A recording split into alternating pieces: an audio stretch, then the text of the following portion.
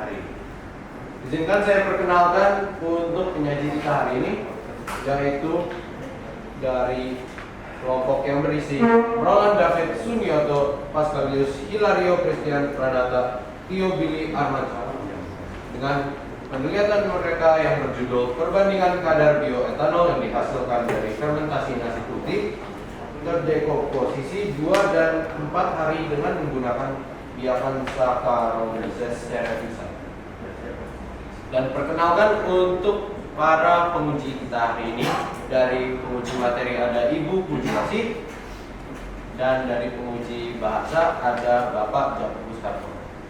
Tanpa berlama-lama lagi, saya akan memberi waktu dan tempat kepada para penyanyi.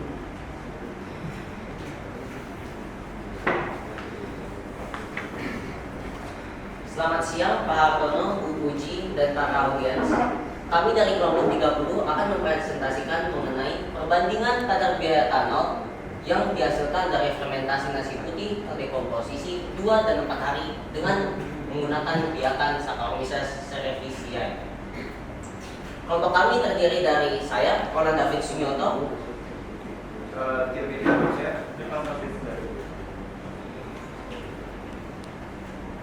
Presentasi kami terdiri dari 4 bagian, yaitu pendahuluan, metode, hasil dan analisis, dan juga penutupan. Sebelum kami memulai presentasi, kami dari kelompok 30 ingin meminta maaf kepada Pak Hartono dan Bu Puji karena yang kami kumpulkan di Google Classroom merupakan draft kami, sedangkan yang seharusnya kami kumpulkan merupakan yang benar. Maka pada hari ini saya membawa yang benar kepada Pak Hartono untuk mungkin dapat sambil bicara. Baik, kita mulai. Dari zaman dahulu, manusia telah beralih dari memburu menjadi masyarakat hortikultura yang memanfaatkan tumbuh-tumbuhan dan makhluk hidup lain sebagai bahan makanan. Peralihan ini dapat menimbulkan peningkatkan perkembangan teknologi dan apabila dilanjutkan akan menjadi meningkatnya bahan makanan. Hal yang berfokus pada ini adalah bioteknologi. Menurut FDA, bioteknologi sendiri berfokus pada penggunaan terpadu sistem biologis dan organisme pada teknik dan proses industri. Produk dari ilmu bioteknologi sendiri dapat kita lihat dari berbagai macam bidang seperti pangan dan juga medis. Pangan dapat kita lihat seperti tempe, roti, ada yogurt, dan banyak lainnya. Dan untuk medis dapat kita lihat seperti antibiotik dan juga banyak. Dan untuk ilmu bioteknologi sendiri yang kami pakai dalam penelitian kami adalah proses fermentasi alkohol. Untuk mendapatkan bioetanol, kami memerlukan bahan pangan yang memiliki karbohidrat yang sangat tinggi. Kami memilih nasi. Tidak hanya karena nasi memiliki karbohidrat yang tinggi, kita juga melihat dari segi alam, seperti yang SIPSM katakan bahwa 41,7% dari sampah nasional merupakan dari sisa makanan. Padahal untuk sisa nasi kami dapat mengubahnya menjadi bioetanol, menjadi sesuatu yang lebih berguna. Nasi putih merupakan hasil olahan dari tumbuhan padi yang berspesies Oryza sativa. Beras padi ini dapat ditumbuhkan pada iklim tropis, subtropis, dan sedang yang cocok sekali digunakan ditanamkan di Indonesia karena iklimnya sama. Makanan pokok nasi ini sangat populer dan sudah tersebar di seluruh negara benua Asia, dan salah satu negaranya adalah Indonesia. Nasi putih ini mengandung 28,2% karbohidrat dan 62,4% air. yang karbohidrat tersebut dapat digunakan untuk fermentasi alkohol. Dalam pembuatan bioetanol ini, kami melakukan fermentasi alkohol yang berjenis yang berciri respirasi anaerob. Respirasi anaerob adalah proses katabolisme yang tidak memerlukan oksigen dan menghasilkan energi. Fermentasi alkohol ini sebenarnya untuk fermentasinya sendiri ada dua, yaitu fermentasi alkohol dan fermentasi asam laktat. Fermentasi alkohol adalah proses pemecahan gula untuk menghasilkan energi seluler yang produknya merupakan karbon dioksida dan etanol. Dapat dilihat pada gambar ini, glukosa akan mengalami glikolisis terlebih dahulu yang akan menjadi 2 asam pirofat dan akan memecah lagi menjadi 2 asetaldehid dan memecah lagi menghasilkan 2 etanol, yaitu tujuan kami. Pada penelitian kami, ragi tapai ini merupakan agen fermentasi. Ragi tapai atau Saccharomyces cerevisiae merupakan jamur fungin spesies Amir, Phylum Ascomycota, yang dapat hidup dan berkembang biak dalam suhu optimum 30-35 derajat Celcius. Ragi tapai menggunakan senyawa gula untuk pertumbuhannya. Ragi tapai juga menggunakan 2 enzim, yaitu enzim invertase dan zimase. Enzim invertase merupakan enzim yang digunakan untuk mengubah sukrosa menjadi glukosa dan fruktosa, dan enzim zimase ini digunakan untuk mengubah monosakarida yaitu glukosa untuk menjadi alkohol. Salah satu ciri dari ragi tapai ini adalah respirasi secara anaerob yang melalui proses fermentasi alkohol. Rumusan masalah yang kelompok kami ambil adalah apakah nasi yang telah terdekomposisi dapat menghasilkan bioetanol? Seberapa besar kadar bioetanol yang dihasilkan oleh nasi terdekomposisi 2 dan 4 hari, serta apa perbandingannya? Apa perbandingan kadar bioetanol yang dihasilkan oleh nasi yang terdekomposisi 2 dan 4 hari? Dan tujuan dari penelitian kami adalah membandingkan kadar bioetanol yang dihasilkan oleh nasi yang terdekomposisi 2 dan 4 hari. Dari segala dasar teori dan latar belakang yang telah saya jelaskan tadi, kami membentuk hipotesis, yaitu kadar bioetanol yang dihasilkan oleh nasi basi 2 hari akan lebih banyak daripada nasi basi 4 hari karena adanya aktivitas dekomposer yang mengurangi kadar gula untuk menjadi etanol. Sehingga semakin lama fermentasi, semakin sedikit kadar bioetanol yang dihasilkan. Baik, selanjutnya akan dijelaskan oleh rekan saya di. Baik. Pada bagian metode bisa dilihat di sini ada peralatan dan bahan. Pertama-tama, saya akan menjelaskan alat dari penelitian yang kami gunakan pada bagian ini. Saya akan bagi menjadi 3. Di sini ada sesuai dengan tahapannya, yaitu ada persiapan sampel, destilasi, dan juga pengukuran data. Karena waktu, saya hanya akan tunjukkan bagian yang penting saja. Di sini kita menggunakan sebuah toples, wajan, ada sendok juga, sendok kayu untuk membantu sterilisasi, ada kain cheesecloth, label, dan untuk destilasi kami menggunakan alat destilasi, bunsen, ember, pompa.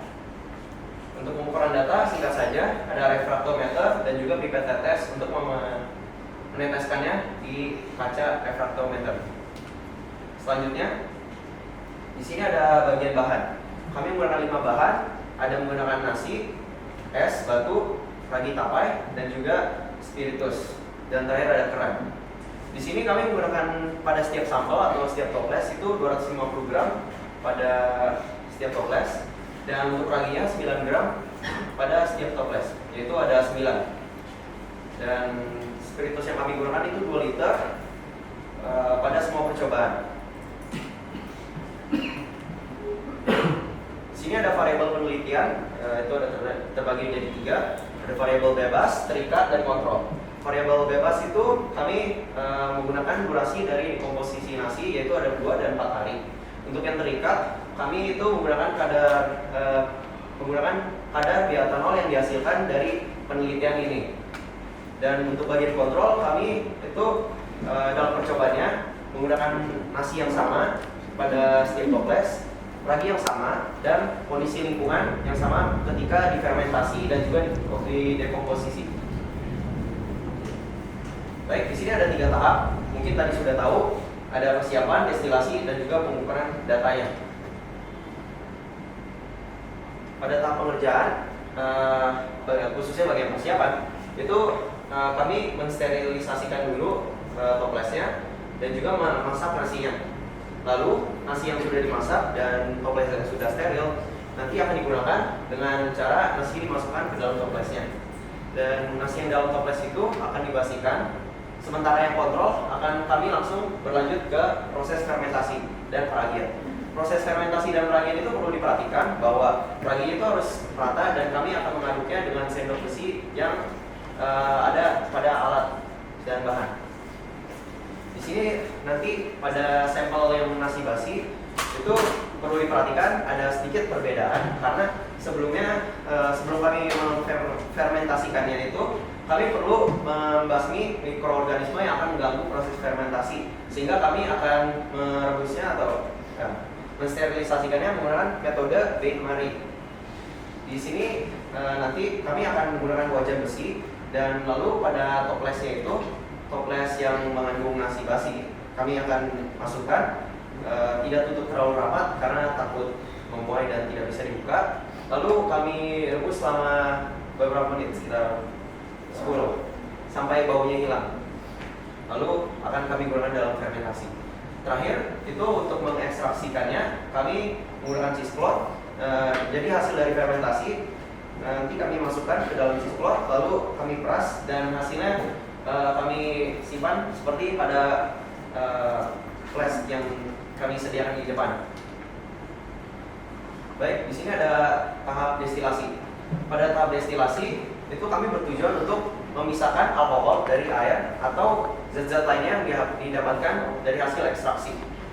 Di sini pertama-tama kami tuang dulu pada lampu destilasi, lalu hasilnya nanti kita panaskan agar penguapannya itu akan mengumpul di sini lalu tersimpan dalam flask itu.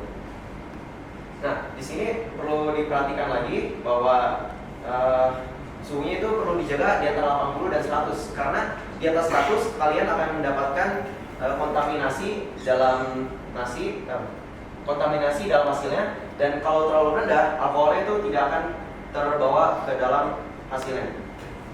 Baik, untuk selanjutnya lagi. Di sini ada datang ke metode terakhir yaitu pada pengukuran data. Cukup simpel karena hasil yang didapat bisa kalian tes semuanya dalam 1 hari, tidak sama seperti destilasi di mana kami harus melakukannya selama kurang lebih 4-7 jam. Di sini bisa dilihat untuk foto pertama kami saya menggunakan langsung seperti dituang, tapi sebenarnya ada metode yang lebih baik yaitu kami menggunakan pipet tetes agar tidak berantakan. Dan selain dari itu perlu diperhatikan bahwa pada alatnya itu perlu terpapar semua alkohol agar terukurnya lebih akurat karena ini menggunakan suatu fraksi pada cahaya. Bisa dilihat di sini makanya kurang lebih baca dari kiri ke kanan. Hasilnya akan seperti ini. Ini timeline kami mengerjakan sekitar 1 bulan untuk proses dari persiapan sampai ke hasil akhirnya. Dan untuk data hasilnya akan saya lanjutkan kepada Rio. Baik, terima kasih Giri. Sekarang saya akan menjelaskan data yang didapatkan dari 10 proses tadi. Berikut adalah data yang kami dapat dilihat dari refraktometer, di mana di sini ditunjukkan data mengenai kadar bioetanol dari sampel kontrol, 2 hari dekomposisi dan 4 hari dekomposisi. Mohon maaf, masih ada di Untuk angka yang lebih jelas dapat dilihat di slide berikutnya. Berikut adalah grafik beserta tabel yang memaparkan dengan jelas hasil yang didapatkan dari pengukuran melalui refraktometer. Dari sini dapat dilihat bahwa sampel 2 hari memiliki kadar bioetanol yang lebih rendah daripada sampel 4 hari. Namun bukan ini berlawanan dengan hipotesis kelompok kami, di mana sebelumnya diduga bahwa kadar yang 4 hari justru akan lebih rendah dibanding yang 2 hari karena aktivitas mikroorganisme yang tanda kutip mengambil gula yang dibutuhkan untuk proses fermentasi. Untuk menjawab pertanyaan tersebut, kita perlu mengetahui bahwa tipe-tipe gula atau sakarida atau karbohidrat adalah berbeda-beda. Yang pertama adalah monosakarida. Yang pertama adalah monosakarida, yang merupakan tipe gula yang paling sederhana. Mungkin kalian ingat bahwa ini adalah bahwa salah satu dari monosakarida ini, glukosa, merupakan bahan yang diperlukan dalam proses fermentasi alkohol. Namun ada juga sukrosa yang merupakan kelompok dari disakarida yang merupakan penggabungan dari 2 molekul monosakarida, dan yang paling terakhir yang paling kompleks adalah polisakarida yang merupakan gabungan dari lebih dari 2. Contohnya adalah glikogen seperti dalam gula otot kami, atau selulosa seperti yang terkandung dalam daun, atau amino yang merupakan termasuk kandungan dalam nasi.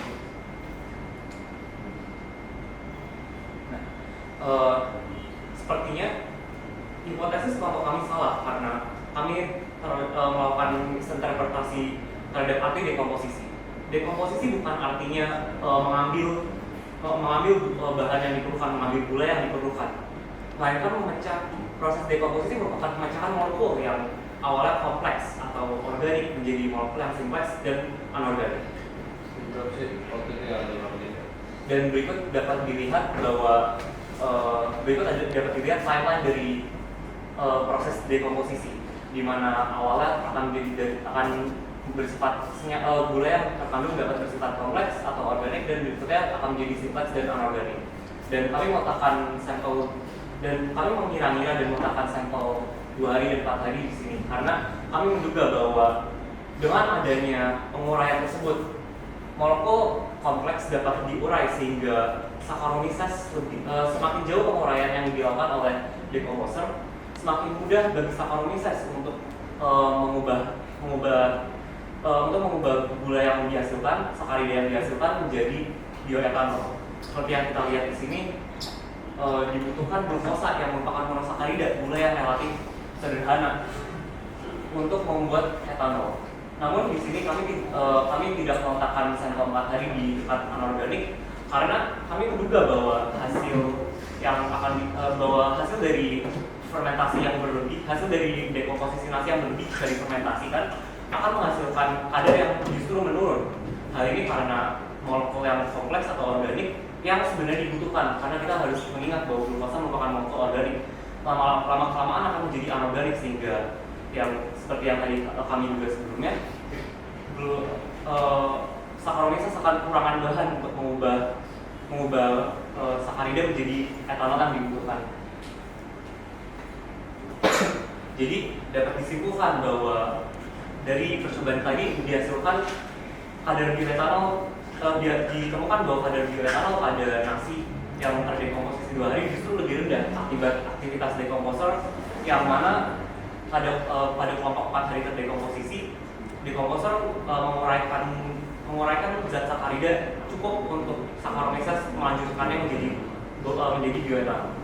Namun karena kami dapat melihat grafik naik saja, disarankan bahwa di penelitian ke depan ditambahkan variasi sampel agar kami dapat bisa melihat naik turunnya grafik perbandingan kadar bioetanol. Baik, sekian dari kami, terima kasih. Waktu dan tempat akan kami kembalikan pada model.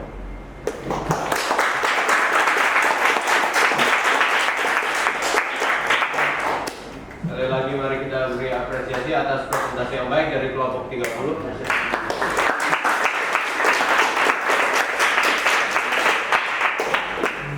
Sekarang selanjutnya akan sesi tanya jawab dari tim penyangga selama 10 menit.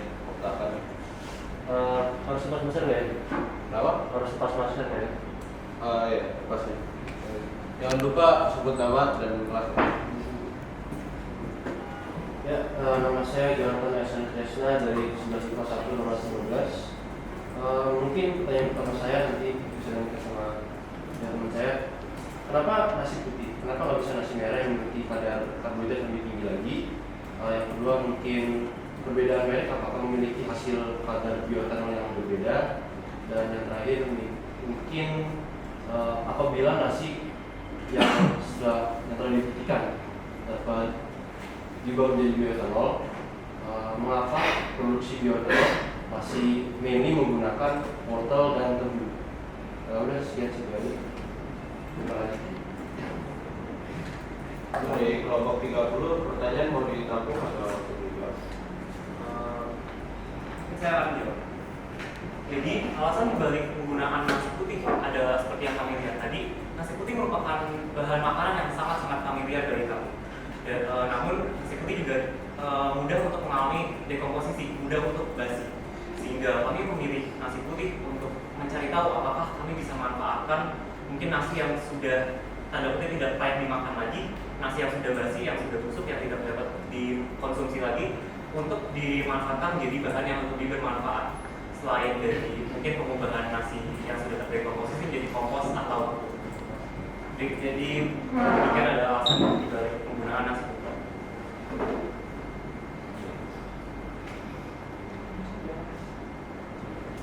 Maaf, tolong diulangi pertanyaan kedua dan ketiganya. Yang kedua, karena kan yang harus digunakan tuh salah satu merek dari brand yang digunakan, supaya nanti terkontrol. Misalnya, kalau menggunakan jenis nasi dari brand atau merek lain, apakah dapat perbedaan pada bioetanol? Dan yang ketiga, kalau nasi dapat digunakan dalam produksi bioetanol, mengapa yang masih digunakan untuk produksi bioetanol yang paling populer lah, kan masih wortel dan tebu? Terima kasih.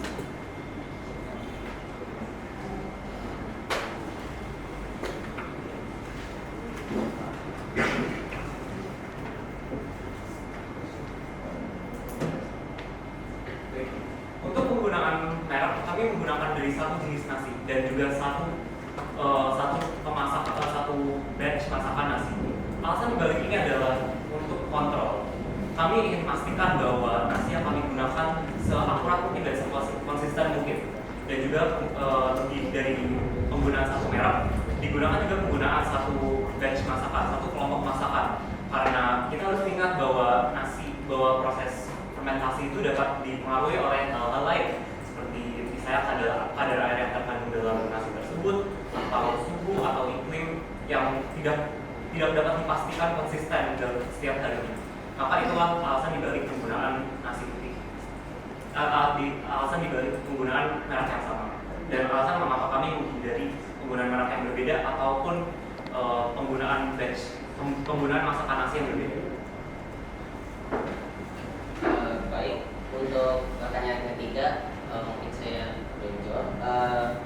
Kami menggunakan nasi putih ini karena kami lebih ke arah alam ya. Jadi kami melihat bahwa banyak orang makan nasi putih. Sedangkan untuk wortel ataupun tebu, kami jujur saja harusnya semua sudah tahu bahwa tidak banyak orang makan tebu ataupun wortel. Tidak sebanyak nasi. Baik, apakah pertanyaan sudah dijawab? Ya, sudah dijawab. Selamat siang. Pertama saya ingin mengapresiasi untuk kelompok penyaji, presentasi sudah sangat baik dan dapat dimengerti. Untuk pertanyaan saya memiliki 3 pertanyaan. Pertama, simpel, saya ingin tanya mengapa harus nasi yang sudah basi? Apakah ada kelebihan nasi basi daripada nasi yang baru dimasak? Mungkin ada kandungannya yang bisa diubah menjadi bioetanol. Lalu pertanyaan kedua, pada bagian dasar penelitian ada dikatakan bahan dasar penelitian ada dikatakan 200 berapa gram kali 9 untuk nasi. Apa yang mendasari atau melatar belakangi komposisi tersebut? Lalu untuk pertanyaan saya yang terakhir, apa kelebihan dari bioetanol dengan energi alternatif lainnya? Karena yang saya dengar itu bioetanol penggunaannya masih menghasilkan gas-gas buruk untuk alam. Jadi mungkin bisa disebutkan kelebihan dan kekurangannya untuk bioetanol sebagai energi alternatif.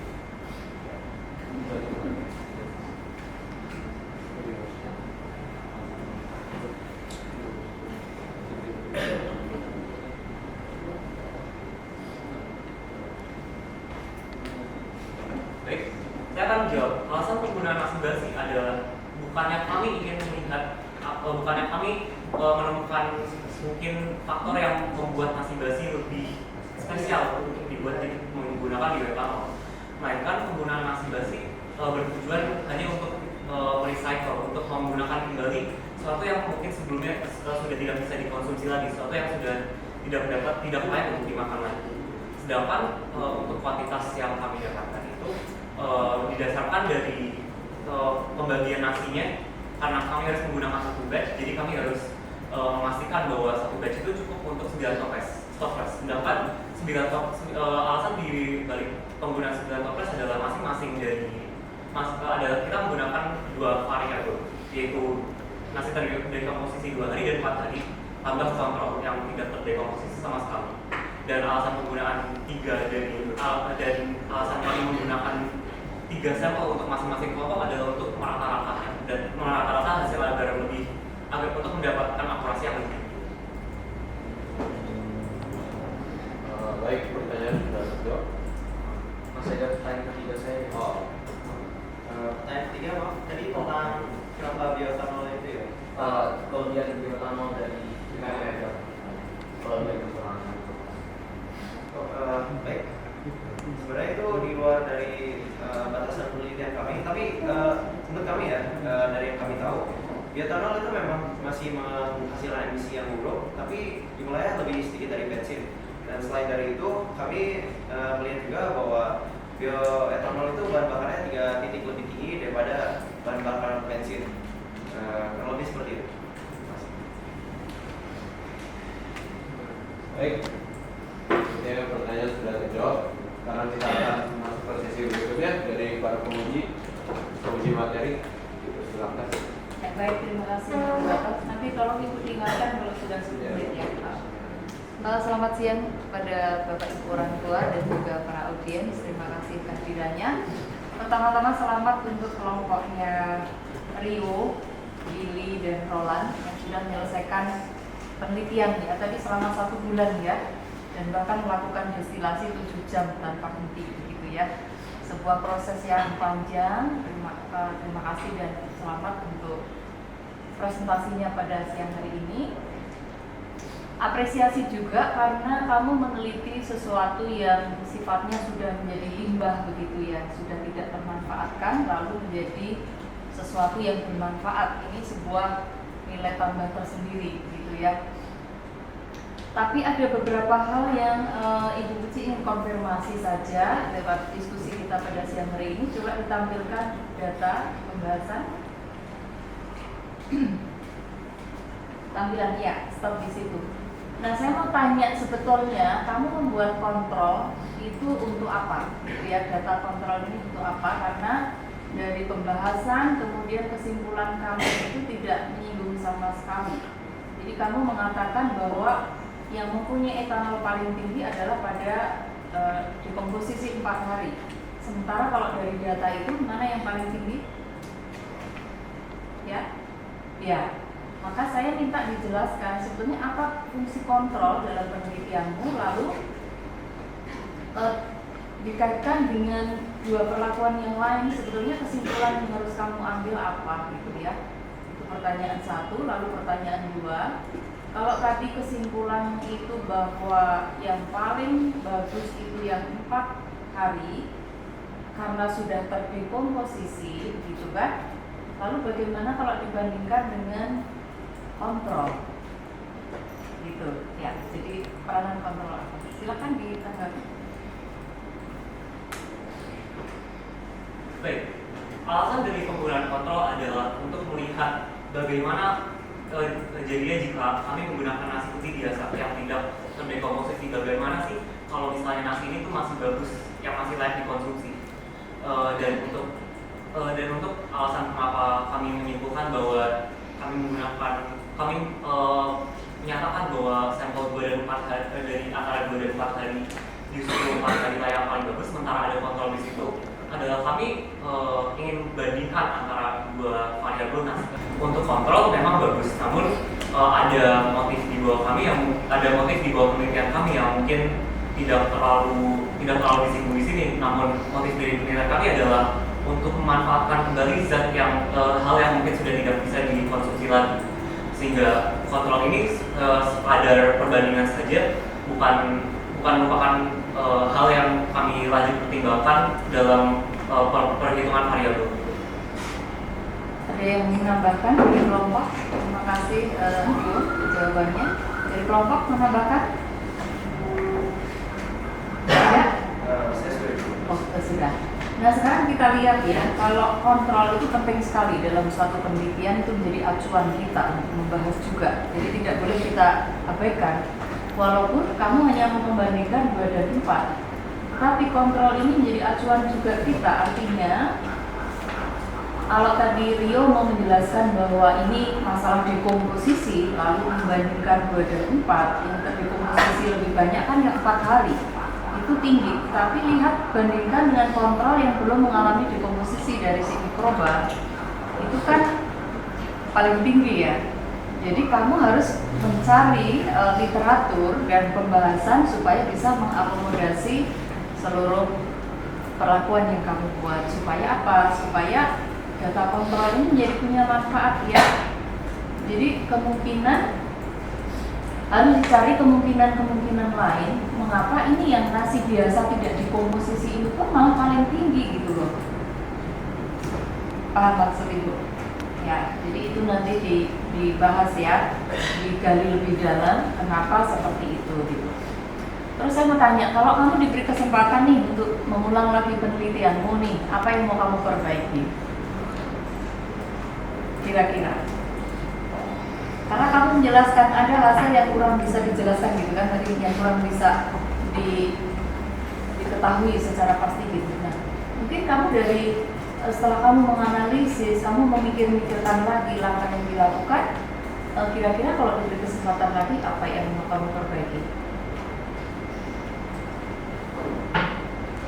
Supaya hasilnya menjadi lebih bisa kamu bahas gitu kan? Karena di pembahasanmu kan ada nih yang disebutkan bahwa ada pokoknya alasan bahwa ada beberapa hal yang tidak bisa dikontrol gitu, atau hal yang kamu anggap sebagai kekurangan. Gimana cara perbaikinya?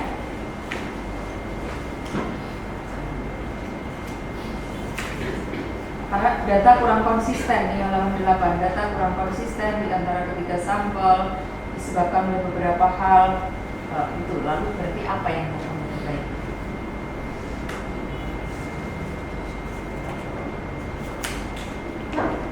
Ya, silakan. Jadi mungkin penelitian yang kami lakukan ini relatif terbatas karena kami hanya menggunakan 2 jenis sampel, 2 jenis variabel, 2 hari dan 4 hari, karena ya jelas saja tadi proses destilasi akan makan waktu yang sangat lama, sehingga mungkin di kedepannya kami dapat menambahkan variabel asal ada waktu yang lebih memadai, dan juga mengenai data yang kurang konsisten itu sekali lagi karena keterbatasan penelitian kami menggunakan toples yang berbeda, dan walaupun toples tersebut kami usahakan untuk agar ditutup serapat mungkin, kami tidak bisa kami tidak bisa melihat faktor-faktor seperti misalnya ada celah yang kita tidak bisa lihat, ataupun mungkin ada udara yang tidak sengaja masuk dan lain-lain. Dan juga mungkin yang mungkin saya ingin teliti lagi mungkin di masa depan adalah penelitian mengenai mikroba pengurai nasi. Namun kami juga awalnya ingin meneliti itu, namun itu di luar batas penelitian kami, dan jika kami ingin meneliti mikrobiologi akan lebih lanjut lagi dan akan berhalaman-halaman research paper kami. Oke, baik. Kelompok menambahkan? Tidak. Bagaimana dengan jumlah sampel minimal? Penting nggak untuk supaya datamu valid? Karena suatu penelitian itu akan valid datanya itu kalau sampelnya itu mencukupi, ya, entah itu penelitian sosial atau penelitian eksperimental, jumlah sampel itu menjadi sebuah metodologi yang penting. Menurutmu sampelmu kurang nggak? Setiap perlakuan 3, kemudian sampel 3 dari mana?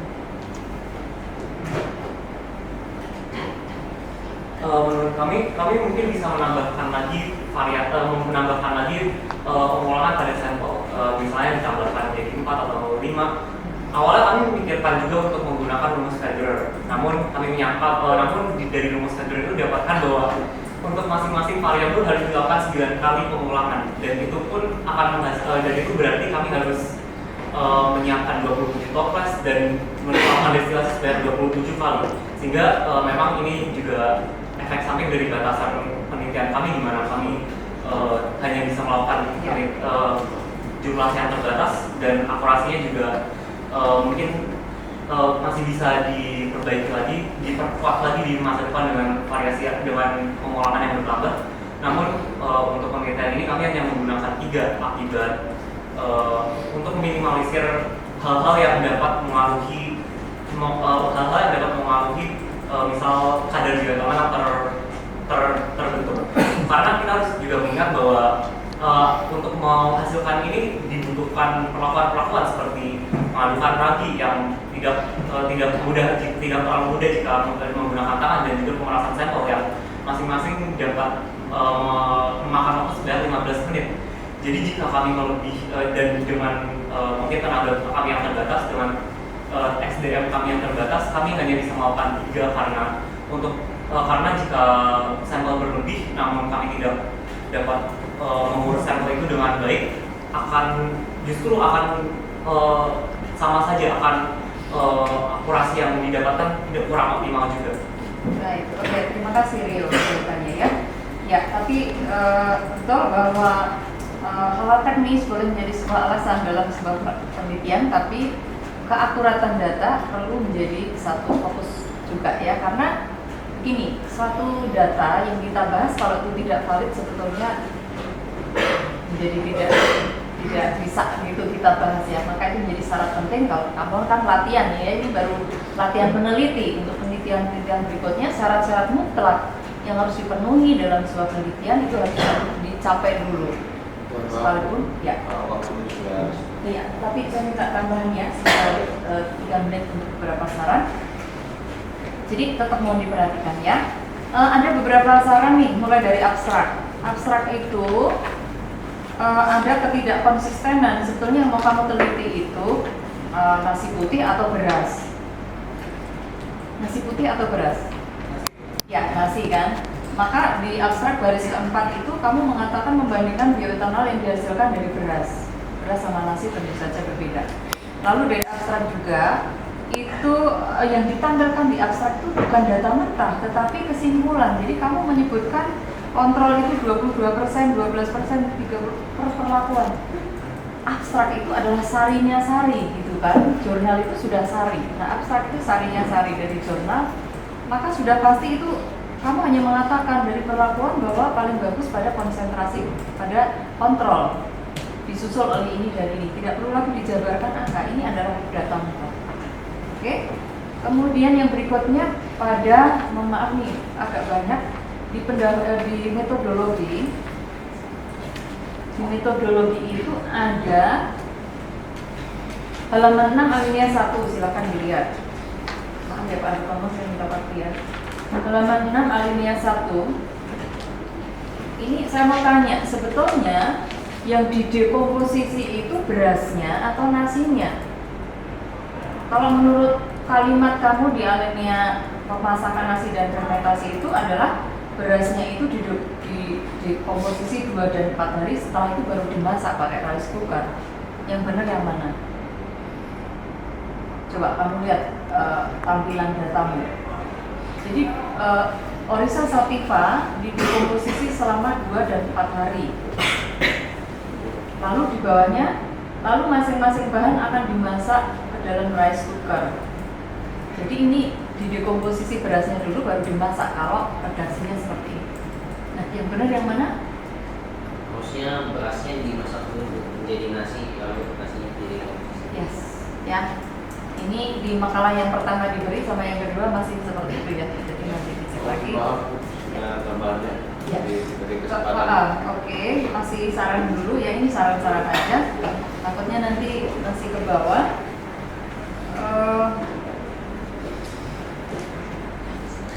Ya sudah. Sudah dulu, nanti kalau Pak Retono masih ada, saya kasihkan catatan tertulis. Terima kasih. Oke, silakan kepada Guru Baru. Oke, terima kasih beberapa atas waktunya kepada saya. Yang pertama, selamat datang dan terima kasih telah hadir pada kita semua dan hadirin di sini, dan selamat kepada grup kelompok ini sudah menampilkan presentasi yang selesai. Pertanyaan saya pertama adalah, kamu menyiapkan latihan ini berapa kali latihan?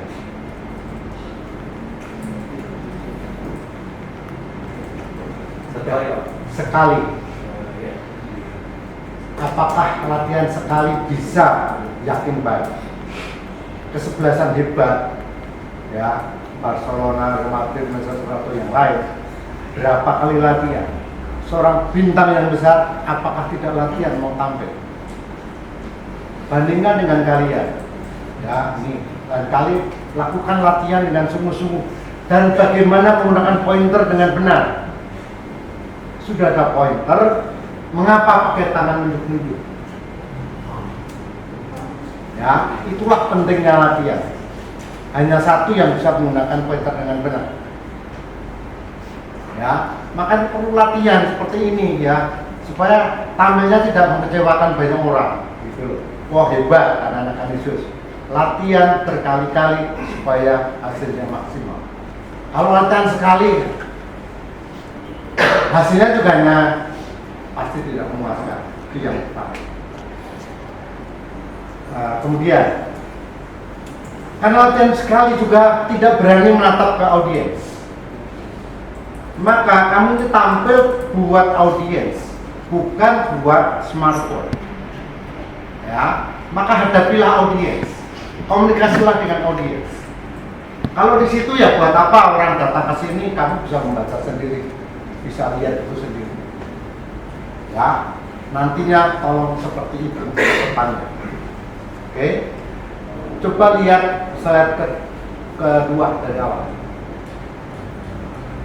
Ini sekarang lebih pada tulisan, karena saya bahasa kan komunikasi verbal, speakingnya. Berikutnya coba. Terus pendahuluan lagi, pendahuluan lagi, yang ada tulisan di sini.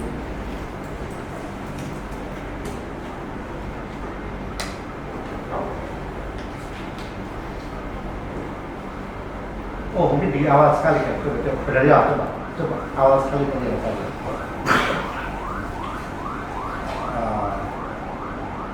Ini awal ya.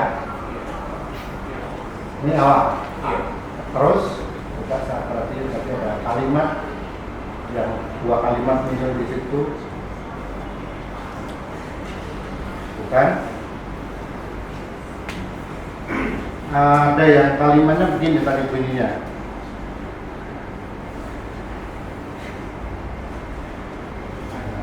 Kalimatnya mulai dari sampai.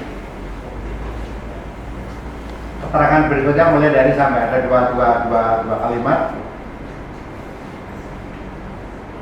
Terus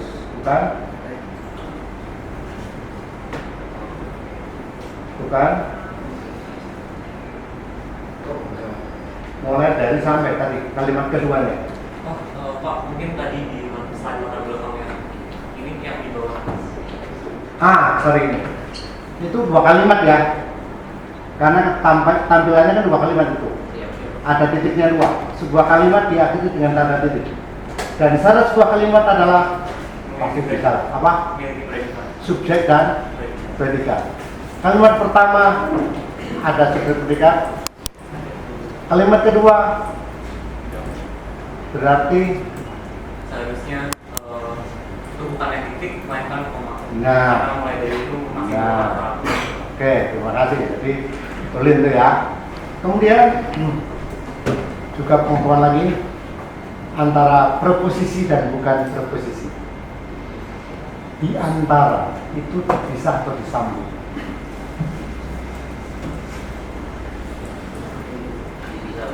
Apa? Kenapa dipisah? Karena bukan bukan merupakan anak kerja, Pak. Apa? Ras? Kalau bukan merupakan anak kerja. Jadi harus di antara. Kemudian kalau di mana bagaimana?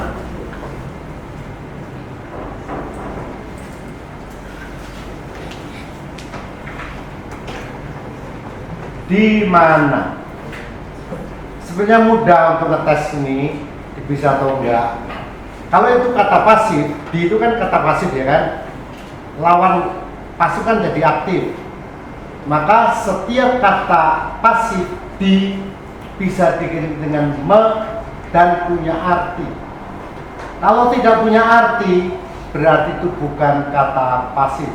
Maka nulisnya dipisah. Di mana? Apakah ada memana? Di sana? Apa ada tuh arti mesana? Ke atas? Apa ada mengatas? Nah, yang saya sebut itu semua dipisah atau disambung? Dipisah. Nah, mudah kan? Jadi ceknya begitu aja. Oh iya, kembali ke penampilan lagi. Kesalahan fatal berakibat bisa tidak lulus atau hanya selesai itu aja. Kalau mau mengirim sesuatu, perhatikan betul. Ini sudah benar atau belum? Kalau sudah, baru diupload. Ya. Nah, saya tanya, kamu sadarnya salah itu apa? Pengen tahu? Jujur. Kami sadarnya salah ketika sudah saatnya untuk Berapa hari setelah kamu kirim? besok 2 hari sih Pak, 2 hari. Soalnya tulisannya rejected gitu Pak di Google Classroom. Kok sudah ada bisa muncul di panitia? Kami downloadnya dari yang dari panitia. Iya Pak, itu sudah saya cek sendiri Pak bersama Bu Ingrid. Kami juga kurang tahu Pak, tapi Nah, artinya 2 hari itu waktu yang sangat panjang. Kalau sadar salah ya seketika langsung menghubungi panitia atau apapun. Jadi kalau nanti ada itu harus submit bukan di Kandisus ya. Apalagi kalau instansi sudah bekerja, itu bisa fatal. Kalau kamu ingin misalnya kamu sebagai pengusaha mengajukan tender lelang, kamu sudah nggak bisa ikut tender itu lagi. Ya.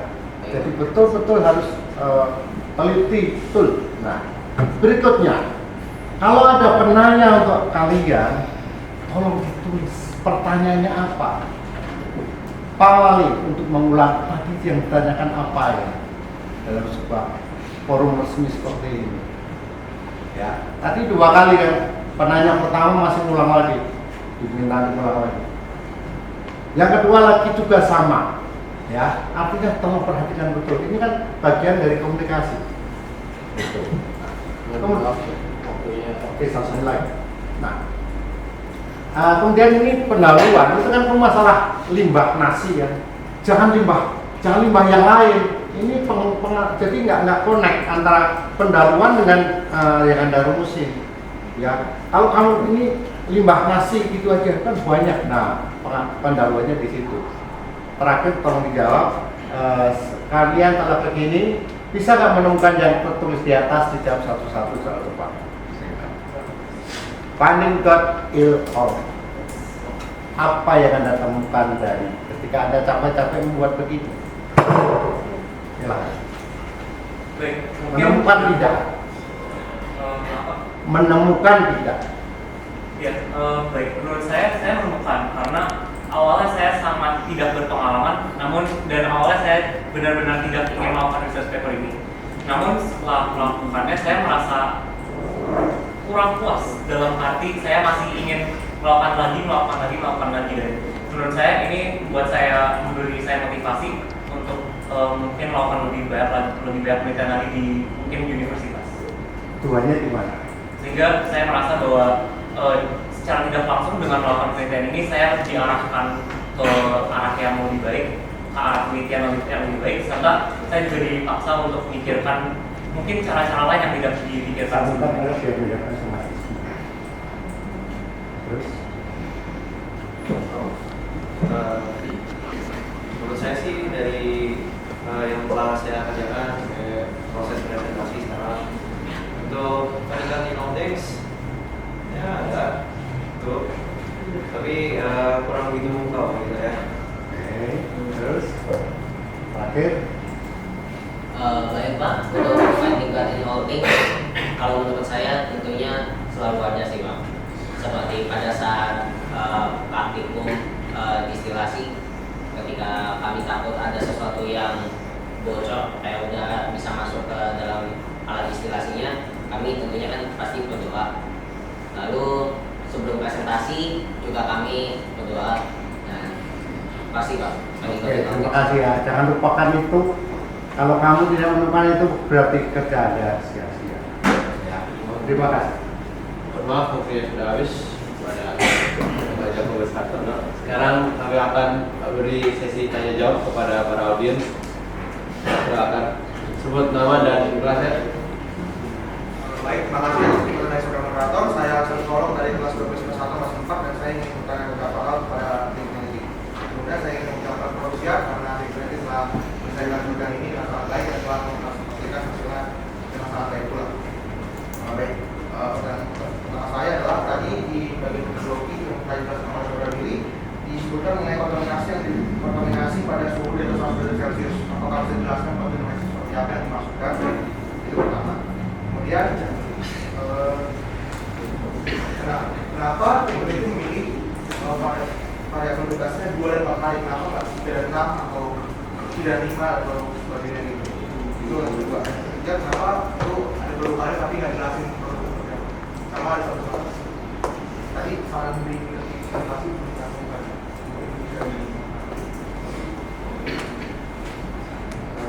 Baik, untuk yang pertama saya ingin mencoba untuk menjawabnya. Ditanya mengenai mengapa kontaminasi semacam apa ketika suhunya di atas 100 derajat Celcius.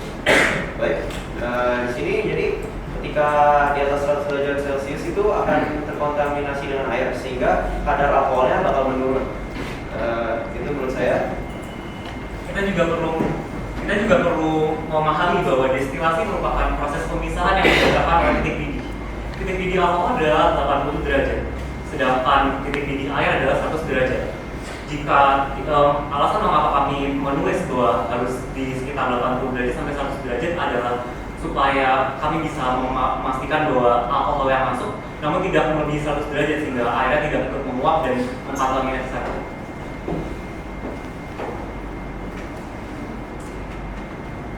Sudah terjawab pertanyaan. pertanyaan 2 dan 4 kali.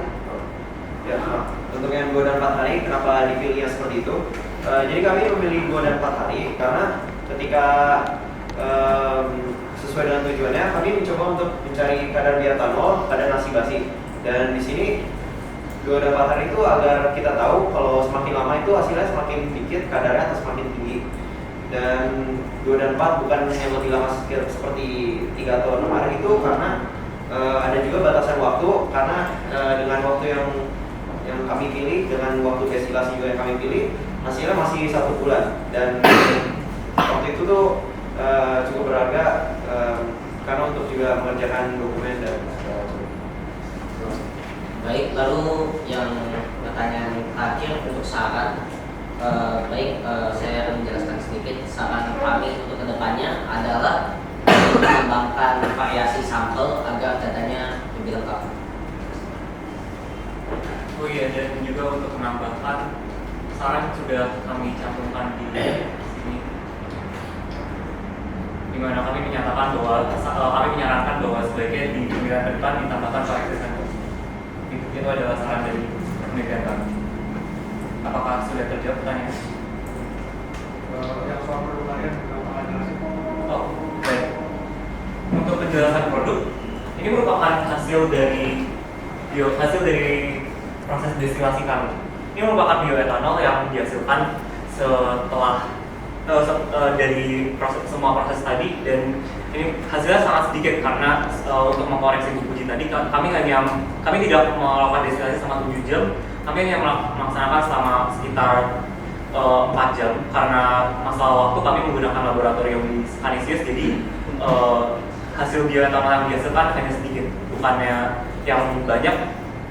Jika kami ingin menghasilkan lebih banyak hasil, dibutuhkan waktu destilasi yang lebih lama. Lalu kami juga kurang yakin untuk menjelaskan produk ini dengan lebih, karena ini sudah merupakan produk yang sudah beberapa lama disimpan. Jadi penyimpanan alkohol itu beresiko, karena alkohol memiliki resiko evaporasi. Mau seperti apapun juga, kami diusahakan sebisa pun juga tutupnya dirapatkan, digunakan plastik wrap yang lebih, tetap ada resiko alkohol terevaporasi. Maka dari itu kami tidak mempresentasikan ini karena evaporasi tersebut dapat berpotensi mengganggu kadar bioetanol yang biasa. Baik, karena keterbatasan waktu, mungkin saya akan menutup sesi tanya jawab dengan Alvin. Terakhir kata penutup dari kelompok, mungkin kesan dan pesannya. Silakan. Baik, bagi kami setelah melakukan DAP ini dan sampai ke tahap presentasinya, itu ada ups and downs ya. Ada tahap dimana dihujani tugas, terus juga harus selesai ini, dan ada juga waktu senangnya itu sebenarnya waktu eksperimen, waktu destilasi sambil dulu memperhatikan kadang-kadang kelebihan gitu ya, sedikit kontaminasi, tapi ya menurut kami kurang lebih seperti itu. Ada naik turunnya. Ada yang ingin ditambahkan? Mungkin untuk ditambahkan saja, dari awal mungkin saya begini dan Rio ini masih belum terlalu dekat, namun setelah bekerja sama dalam RP ini kami dapat semakin dekat, dan ya biasanya. Ya.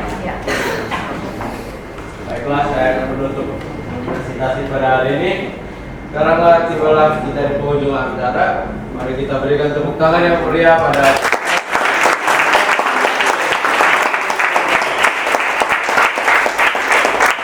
kami. Saya Agus Basdari sebagai moderator dan rekan saya Kato sebagai dosen ingin mengucapkan terima kasih sebesarnya dan ingin mengucapkan mohon maaf jika ada perbuatan ataupun perkataan yang kurang berkenan di hadirin semua. Demikian saya akan menutup presentasi pada hari ini. Terima kasih.